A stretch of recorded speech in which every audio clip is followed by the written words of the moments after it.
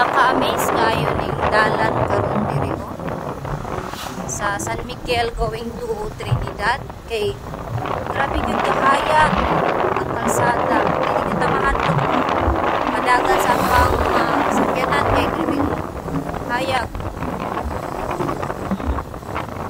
Safe trata mag-drive kay hayag man kayong kalsada. Unlike nga mga lugar na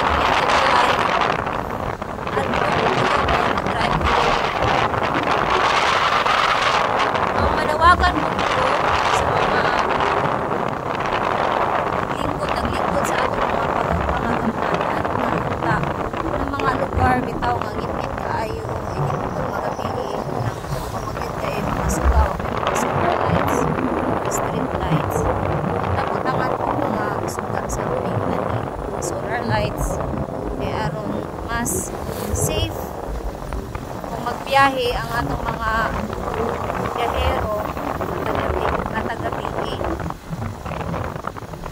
Kanaganing lugar nga gikan sa Ginobatan, Trinidad atong Victoria going to Bienvenido.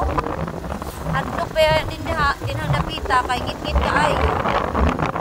Nautong tanga pa natin ang mga suga kay daghan na pa mga nadisgrasya din halagi kay ngit-ngit ng mga part na medyo labong po. Ang ako nawagan ko nga unta sa maingani mga dala na mga suga isa pili lang yung kayo mga suga basta kayo kahayag nga danag na to ba sa unta magbiyahe ta sa mutag gabi na init na karon nagbiyahe may alas 7 na alas 7 5 sa gabi pero hindi kayo dahil suga.